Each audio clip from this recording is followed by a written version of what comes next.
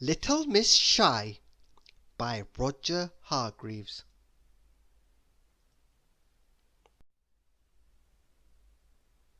Little Miss Shy just couldn't help it. Being shy, that is.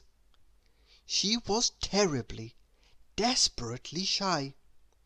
She was so shy it hurt, which is what they call painfully shy. If any time at all, anyone at all, said anything at all to her, she blushed like a beetroot. She lived all alone in a little house quite a long way from where you live. In fact, quite a long way from where anybody lives. Thimble Cottage. Little Miss Shy was so shy she just couldn't bring herself to leave her cottage. She never went shopping. The thought of walking into a shop and asking for something was absolutely terrifying. So she grew her own food in the garden of Thimble Cottage and lived a very quiet life. Very, very, very, very quiet indeed.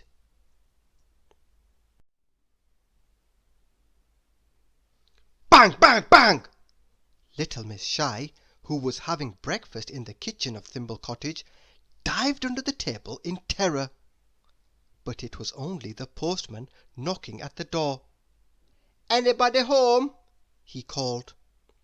Little Miss Shy, under the table, put her hands over her ears and shut her eyes.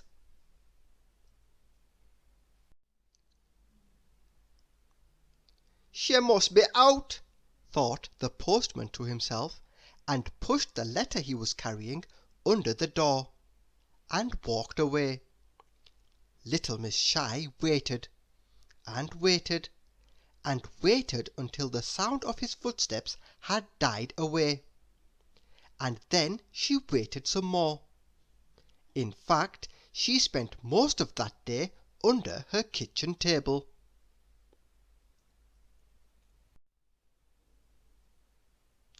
It was dark by the time Little Miss Shy dared to come out. There it was on the doormat, the very first letter she'd had in the whole of her life. She opened it cautiously. It was from Mr. Funny. "You are invited," said the letter. "To a party," it went on. "On Saturday," it said. "At 3 o'clock," it added. "It's going to be fun, fun, fun." Little Miss Shy was horrified.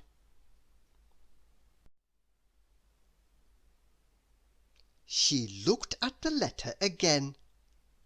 "I can't go," she thought. "I can't.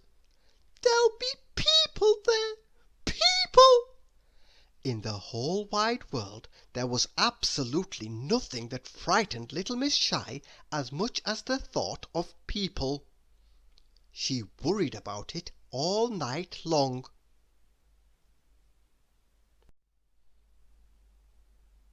But the following morning she made a decision.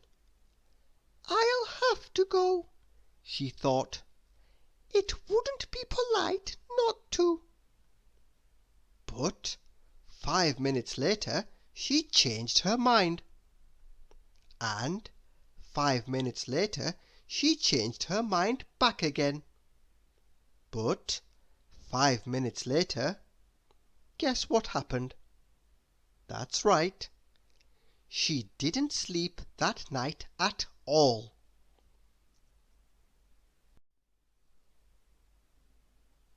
The following day was Friday, and that Friday Little Miss Shy changed her mind 144 times. That's how many 5 minutes there are in a day. She was going to the party. She wasn't going to the party. She was going to the party. She wasn't. She was. She wasn't. She was. It was a long day. And that Friday night was even worse than Thursday night had been. She didn't sleep a wink. Not even half a wink.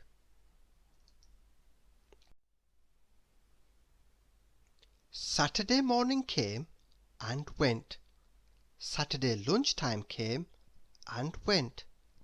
Little Miss Shy just couldn't eat a thing. 1 o'clock in the afternoon came and went. 2 o'clock in the afternoon came and went. And then 3 o'clock, party time came.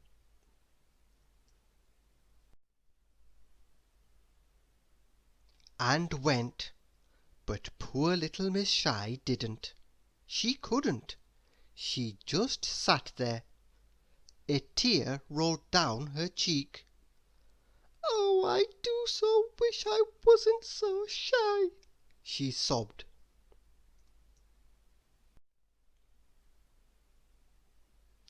4 o'clock came. There was a loud knock at the door. Little Miss Shy hid behind her chair. The door opened.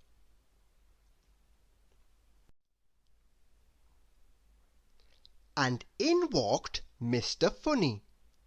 "I knew you wouldn't come," he laughed, looking at her behind the chair. "So," he went on, "I've come to take you." Little Miss Shy blushed and blushed and blushed. "Come on," cried Mr. Funny, seizing her by the hand. "You'll enjoy it once you're there." And he marched the blushing little lady off to his party.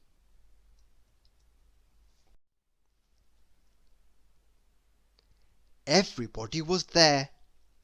Little Miss Shy didn't feel very well, but everybody talked to her, and everybody was very nice, and gradually, the longer the party lasted, bit by bit, little by little, eventually, guess what happened? She stopped blushing, and actually started to enjoy herself. "Told you so!" laughed Mr. Funny. Little Miss Shy nodded and giggled. She was having the time of her life, and only blushing a bit.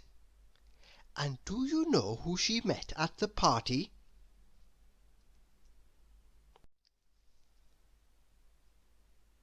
Mr. Quiet. "I used to be shy like you," he said. Little Miss Shy looked at him. "I don't believe you," she giggled, and then she thought. "Would you like to come to Thimble Cottage for tea tomorrow?" she said. Mr. Quiet looked at her.